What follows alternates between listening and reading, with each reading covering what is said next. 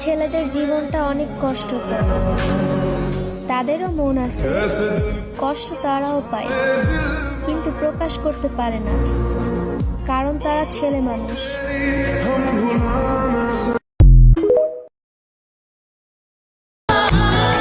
জানি না কোন কলম দিয়ে লিখছে ভাগ্যটা আমার। যখনই একটু হাসি খুশি থাকার চেষ্টা করি, ঠিক তখনই নতুন একটা দুঃখ এসে হাজির হয়ে যায়।